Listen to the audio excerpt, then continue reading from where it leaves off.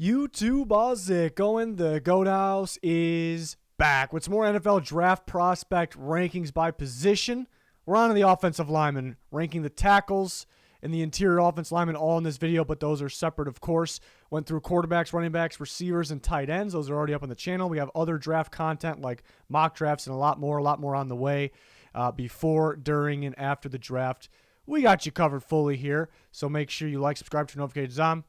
And then follow that Twitter, a lot going on there. Fan voted mock draft going on right there. Right now, as we speak, we're almost through the first round of that, and then we'll make a video out of that in the future as well. Let's go to the superlatives for the offensive lineman. So I listed, for the most part, a tackle and an interior offensive lineman for each one. Day one impact, I'm going to go Evan Neal, the tackle from Alabama. And then for interior, I'm going to go with the center from Iowa, Tyler Linderbaum, who does have his concerns. We'll break down the scouting report on him and all these players shortly, but a team that he definitely fits, outside zone scheme, run first team is going to take him, and I think he can be an immediate impact at that specific spot, especially in the run game. Most upside battle between Ekwonu and Cross. Tyler Smith, if we're considering him tackle or guard. I went with Cross, though, because he's such an athletic pass protector, and he could use some more power. And then we still haven't really seen him in the run game either, because we have a little bit, but it's been extremely limited because Mississippi State really just only passes the ball. So some things to work on there, and then he does kind of fit, and then where he can improve. It's nothing there that says he can't do this, can't do that. So he actually can show more at the NFL level and can improve further, and kind of fits today's athletic style tackle. So go with Charles Cross. And it sounds like the league is higher on him than the media has been pretty high on him, but it sounds like the league is even higher on him. And then for the interior player, we're going with Zion Johnson. Hasn't been playing one specific position for that long, was a zero-star guy coming out. So he's kind of just getting going, at that guard position or wherever the team might play him, because you can play him multiple different spots. Best pass protector, got to go Evan Neal from Alabama. And Kenyon Green's definitely the best pass protecting interior offensive lineman, no question there with Kenyon Green. Best run blocker, going to go Ekwonu. Best tackle, run blocking tackle. Guards pretty much even. Linderbaum stands out the most with his run blocking, so I went with Linderbaum. Best power, went with Ekwonu. Could go with you could go with Tyler Smith from Tulsa as well, and that's why I went and listed him as well, even though it's kind of a tackle and a tackle. But Tyler Smith, I'm kind of questioning both these guys, really. I'm like, will they be better at guard? They're tackles, but will they be better at guard at the next level? So I went and listed both of them, two tackles that probably can play guard. We know Ekwonu can play guard, and they're just so damn powerful. Best athlete is going to go Charles Cross. Very good footwork, smooth, athletic. Cam Jurgens, the center from Nebraska, super athletic, getting out of his stance, getting downfield. Best footwork, Evan Neal. We'll go Zion Johnson. Laterally, side to side, shuffling, mirroring opponents. They really stand out in that category quick, too, especially for big guys. Most underrated, we'll go Jamari Sawyer from Georgia, who is a tackle/guard. I like his upside at guard. And Zach Tom, he's played some center. He's played some tackle. He looked kind of good at tackle. So why are we kind of underrating him? Or where our team's going to list him as? There's a lot of players like that. Sleeper, Braxton Jones. Shouldn't really be that much of a sleeper, but he's from Southern Utah, so that kind of puts him in the sleeper category. Then Chris Paul, other Tulsa guy, nasty blocker there, alongside Tyler Smith. Coming from a good offensive line there. We're going on in the rankings. We're going to start with the tackles. And I got Evan Neal with an elite grade, number 1 overall. He's an elite pass protector, in my opinion. Best in the class, for sure, in my opinion. Charles Cross probably next as a pass protector. Just very smooth movement for his size, with the footwork and, with that size, the ability that he has to move like that, it's pretty rare. He has that ideal size, length, build, the traits, everything you look for there. Extremely powerful. Seeing bully guys in the run game. It's more so in the run game where he doesn't have to go too far. He's already kind of latched on, and he's going to bully the guys.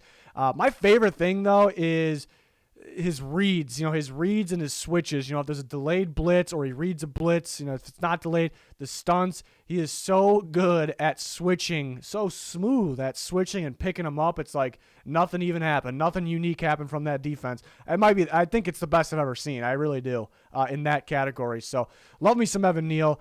He will lunge forward at times and lose his balance. It seems to happen more in the run game when he's trying to kind of go at the guy. The guy knows it's a run. He's kind of trying to mirror Evan Neal and look for where the direction of the ball is going. He'll kind of lunge at him, or if he has to take a step or two or more than that towards the defensive lineman or whoever it may be. And that kind of goes into, you don't really see them. Some of these offensive linemen you can make a highlight tape out of when they get downfield, those next level blocks, the second level of the field, and they pancake some guy down there and they're speedy getting out there. We don't see that from Evan Neal. It's really not a knock to me.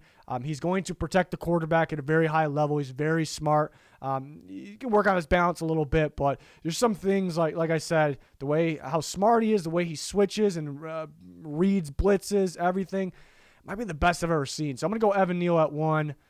That's that pass protector everyone's looking for there. Number 2 and kind of borderline elite grade. What I decided to go, I know mostly everybody has elite grade on Ikem Ekwonu. A lot of people have him ahead of Evan Neal.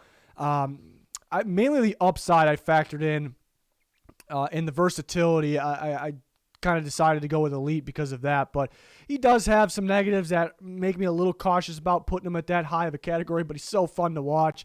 And he is a unique player at the same time. Like the mixture of power and athleticism and quickness really doesn't exist. Like this guy shouldn't really be the most powerful offensive lineman in the draft, and he really is. I guess it's debatable, but he really can be there. So he's an elite run blocker. So if you're a run-first team and you value having that tackle in that outside zone or wherever it may be that can run block and get down to that next level, whatever it may be, he does all of that. He does all of that at a very high level, very nasty, physical. One of those guys you can make a highlight tape on, just pancaking guys at the line or just getting downfield full speed, getting a guy on the ground like it's nothing. So that's a guy you can make a highlight tape out of from the offensive line position. We talked about the power, athleticism, combo, getting upfield, no problem. Yeah, versatile. This is tough. I think he might be a better guard. I believe he's a better guard than a tackle right now. He actually played a little bit of guard. NC State would line him up there sometimes. And I think he could be an elite guard in the NFL pretty quickly. Like I think we'd be talking, if he came in and played guard right away, I think we might be talking about like Pro Bowl guard year 1, right away, year 2, maximum. But he's also the second best tackle, also a very good tackle, also very, very good upside at tackle position because you don't really have to teach him much. He's got to be a little bit better in pass protector. Got to handle the quick guys a little bit better. But he's got some good upside at the tackle position. That's why it's tough to rate because I almost want to put him at the top guard in the draft. But how early do you take him? You take a guard, and then everybody needs tackles. There's so many teams that are desperate for tackles, and you got a very good tackle here. You got a very good tackle, the second best in the class at that position group. So you might just get more value out of him playing tackle, even if he's a better guard. And that kind of makes him a safe prospect in a way. Like, all right, if he doesn't work out at tackle, he's going to be a pretty good guard. But that's really not an ideal situation. If you're taking him very, very early to be a tackle, it doesn't really work out. Like, hey, we can play him at guard, So it might be better at guard. Is that really a negative? Not really, but, if you're taking him at tackle, you kind of team – because draft day, we really don't know for sure. We can definitely make a very good educated guess, but team drafts someone, we may be going, is he playing tackle or guard? This team just drafted him that early to play guard. I know he's a very good one, Caught leaning forward at times, and which results in losing his balance a little bit. Doesn't really hit the dirt that much, but he'll lean forward, and the guy will kind of just blow right by him. And that kind of seems to go together with the next part there, where he does whiff a bit. Guys with really good get off or really quick moves or really fast, they kind of lean forward and whiffs. The guy's gone by him. And that's kind of what was like borderline. Is he elite? Because I did see that pop up a bit. So some things to work on there. But mainly already polished as a run blocker, and the upside at guard and tackle, and just that very rare power quickness combination there. 3, we're going to go Charles Cross, who probably should be a top 10 pick. Will be in that range. Is getting a lot of buzz lately. from Mississippi State, of course. Great pass protector. I'd say just going off only pass protection, he's the second best in the class after Evan Neal. It is a passing league, but running the ball is pretty damn important. Smooth, quick, athletic movement, like really good footwork, just really good with his hands. Everything's just quick. Everything's real athletic with Charles Cross there, who I think is the best athletic tackle here.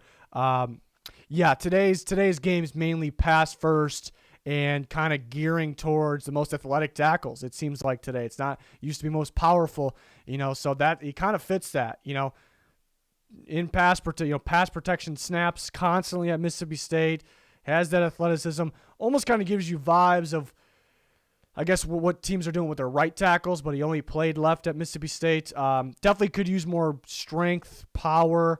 Definitely doesn't have the power of Evan Neal and Ikem Ekwonu at the top there. Limited run blocking, just really limited snaps, and didn't look, too great at it. Nothing super alarming, anything like that. Just something he can work on. He's gonna be in more run blocking, no matter what team he goes to. He's gonna have more run blocking snaps year one in the NFL than he did 2021 Mississippi State. Guarantee that. I do, the risk, the worry, maybe what if he goes against the physical NFL rushers, the guys that are, definitely stronger than him, the guys that are very good bull rushers, they can drive him back. They can drive him back pretty good. So it's a guy that could struggle in the kind of that category, maybe run blocking early on. So there is some risk. It's one that maybe won't look pretty right away. Not that it'll look bad, but it won't look like, because there's a team that could take him around the top 5 or give or take in that range, and a lot of hype around that pick. So, we'll see if he lives up to that right away. So rounding off the tackles here, going Trevor Penning from Northern Iowa. Maybe not quite as high on him as I do have him at 4, but, some people have him middle of the first. I'm okay late first, but I'm more in the second round, with him, but I'm okay late first. He does have that power athleticism combo, which you do like at an impressive and a little bit surprisingly impressive combine. Not that we thought it was going to be bad, but better than expected, I guess, to say. Great run blocker. Sometimes he'll kind of lean forward. It seems to be a problem with a lot of these tackles. I know PFF had a 99.9 run blocking grade on him, but I watched every snap of not every game for Trevor Penning, because that's kind of hard to come across. But I watched every snap of multiple games, and pretty early on I came across some. And he's a good run blocker, but I came across some moments that it's hard to have him a 99.9. That's pretty much only getting beat once or none, no 0 times. So he does have his moments where everything's not perfect. Lacking discipline.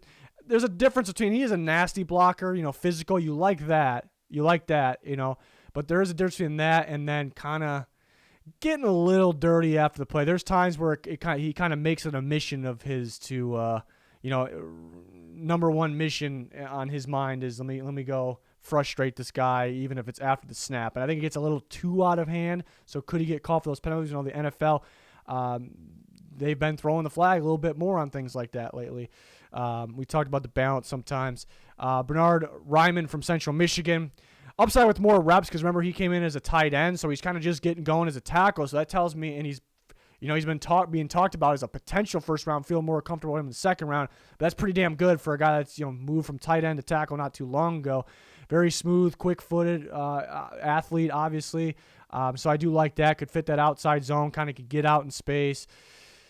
Yeah, kind of lacking the round one traits. And when teams want to draft those tackles, what wows them, their tape's got to wow them, and then kind of the traits, the length. And he's not really lacking it. He just doesn't have that wow, for sure round one traits. And then that's a tough part too, because he's on the older side. He's 24, definitely on the older side of the tackles.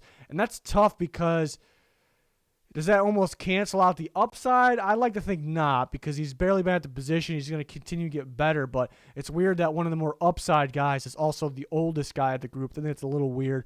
Tyler Smith, almost put him in with the guards. I really do think he'd be a better guard. I do think he could be a better guard, but he has so much upside at the tackle position because he really doesn't have the technique down, very raw. He's kind of one of those guys that just, all right, he goes out there, lines up, and I'm going to go hit the guy in front of me. And just for that being it, it's pretty impressive, really. And then the size, massive dude for that size, pretty athletic as well. So has the traits, pretty polished in terms of run blocking. 'Cause not exactly, but technically run blocking out is you kind of just go out, depending on the scheme, go out and hit the guy in front of you, drive him north and south. That's why he'll probably fit a gap scheme a little bit better there, a lot better, really, than a zone scheme. But, yeah, it could end up being a better guard. He could struggle at first at the tackle position. He definitely needs to be better in terms of pass protecting. Really doesn't. There's nothing about his technique or his hands, his footwork, all of the above that really is eye-popping at all. Really, it's just the eye-popping parts is he's going to bully some people. He's a strong dude. He's got some upside. I put Braxton Jones at 7. I think there's a pretty big drop-off after 6. So I'm going to go with the upside, eye-popping traits guys here. Braxton Jones is a pretty solid athlete, and he has the traits to kind of go along. The measurables, the elite length, I'd say it's elite traits really across the board. So I think this guy's tons of upside. He had some good play at Southern Utah, just played very weak competition, obviously, and then kind of needs more power, and that's kind of a reason why I don't think he starts day one. I really don't think he starts day one because he's an upside guy. He definitely needs more power. But I think he can reach that upside. It's a guy you want to work with. Length is so damn important when it comes to these tackles. And then Nicholas Petit-Frere from Ohio State, I'm going to go with at 8. And just missing Abraham Lucas and Daniel Falele, who I do worry about this kind of the speed. Didn't like his showing at the Senior Bowl and one-on-ones. But the Ohio State tackle, ideal size, length, quickness, experience at left tackle and right, so played both. So that's useful there. He's had some really good moments. That's the guy that had some really good moments on tape, and he had some really, really bad moments. And the bad moments seem to show up against Aiden Hutchinson, the top-tier pass rushers with a lot of good ones in the Big Ten. And they kind of mainly would get him off balance. They'd really just mess with him. And he has the strength to not let a guy just outpower him, lose his balance backwards. But something was happening where that would happen, So it's alarming because it shouldn't happen with a guy like that because he has the size. But I think it's fixable. I think there's just something in there that's pretty fixable. So I went with him at 8, probably a third-round pick. I think the guys through 6 will all go between first and second round. They all could go. The guys 1 through 6 could all go first round, actually. It'd be pretty wild, but it's possible. It's possible. So that might be the highest you see Braxton Jones ranked. I'm kind of just going for upside and going with the traits, the measurables there with that one. So on to the interior offense lineman, going Zion Johnson with number 1 from Boston College, round 1 grade. Extremely versatile. He's played guard and tackle. Played him at a high level, mainly guard at a high level. But they worked him in at center at the Senior Bowl. Teams like him there. Looks like he's good there. So it really feels like he can play any position. And I love that because he's good at every position, but because teams get hurt in some interesting spots. And sometimes, you rather take this starter at guard and put him at tackle because you might be in better shape than your third string tackle, and you just put your second string guard in. There's some teams that kind of have that issue, and they kind of wish they had a guy like that. So I do like that. Powerful blocker, pretty good footwork as well. I think he's equally effective in the pass and run game. It's not like one's way better than the other. Pretty damn effective there. Great character. He's a very likable kid. I do think he has some upside too because he was a 0-star guy, and he really just started getting going. He's been swapping positions too, so I think an NFL team sticks him in a spot for the most part. If you have to move him, that's again, that works because he's versatile, but here and there, but mainly starting in one spot, and that's he knows in his head that's where I'm playing, that's where I'm getting better at. I think he's got some upside there. Does everything well, but there's nothing that it says elite. Again, he has upside. Does have some balance issues here and there, nothing glaring. It just seems like not a lot of negatives for Zion. It seems like one of the safer picks, like in the middle of the first round. It's like what you're going to get. You're not. I mean, maybe he can become elite because again, I think with more time, more reps at the one specific spot, he has upside. But it's just not going to be like an eye-popping player or like the sexiest pick. But you got better. You got a pretty good offensive lineman that's also versatile. And then number 2, and then I did think about Kenyon Green, very strongly. They're really close to Zion Johnson, I'm about to say. Strongly considering him at 1 because he's so good as a pass protector, and he's versatile as well. He can play guard or tackle, and he played a bit of tackle. He's pretty good at tackle. If a team had to put him at tackle, he's pretty good. And then he's pass protection's way better than run blocking, so it almost feels like, is he a tackle in a way, but kind of a guard body, upside there, but a really good pass protector. It is a passing league too. But yeah, if he kind of gets the run blocking together a little more consistently there, then yeah, he can end up being an elite guard, really. Very good control. That's a big thing too, because there's a lot of offensive linemen in this class, like they're very good, but it seems like body control, balance is kind of the flaw for even if it's not a big flaw, a lot of them, it's kind of their weakness, and not really for Kenyon Green at all here. So that's kind of a strength. You like his power as well. Far better passing in the passing game, the run game. Yeah, he needs to work on run blocking ability. And that's why it's like, yeah, he's pretty good at pass protection. He's pretty good at tackle. Could he be a tackle? It looks like a guard. A lot of penalties, though. Yeah, it gets a bit too grabby. Notice that, and that's why the penalties start flowing in there. So don't love that. But I think it goes by year. It kind of ends up being different every year. Tyler Linderbaum, I have third. I do have a round 2 grade on him. I don't. And that's more of just him being a center, and there is some risk. I think he's at the same time of being, me being a little lower, maybe a little bit lower than everyone else. Well, first I'll say if somebody takes him late 1, I'm fine with it. Definitely fine with it. But I'd say, yeah, even though I have that little bit lower of a grade on him, like he can be a pro, but there's not too many great centers. He can plug in the scheme fit. I think a scheme fit will draft him, and he can be a Pro Bowl center right away. So it's going to look like, yeah, maybe he was a top tier player, but just kind of how I grade with some of his concerns, but mainly the position as well. You look where, Creed Humphrey was pretty much a polished center. There was really nothing wrong with him besides he was a lefty, which isn't really a major thing. And where the Chiefs drafted him, where he ended up being, and some teams kind of just pluck centers off the street, not really, but close sometimes, and it just works out, So I'm just not really valuing the position that much, and it's sometimes people view the centers as like a safe pick there. I think it's a risky pick because he better be damn good at center. He better be a damn good center and a sure thing if you're taking him in the first round. That's me. But he's a very good run blocker, very impressive getting upfield, kind of the second level, next level upfield with his athleticism and power. Lays the boom on some guys there once he gets upfield. Explosive athlete for a center too. The way he moves, very strong hands. He's very good with his hands. Tough too. Kind of seen him moments where he kind of looks like he's shaken up a little bit, and he still kind of fights through it.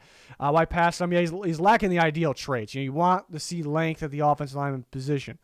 Mainly tackle, but you want to see it across the board because there's lengthier, freakier dudes every year in the NFL. And if these interior guys are lacking length, if these freaky interior guys get their hands on you first, it's kind of game over no matter who you are. He's quick, so he kind of avoids that sometimes. But there's times where he'll struggle in, pass protection. I think it's due to his length as well. It just and he's very scheme specific.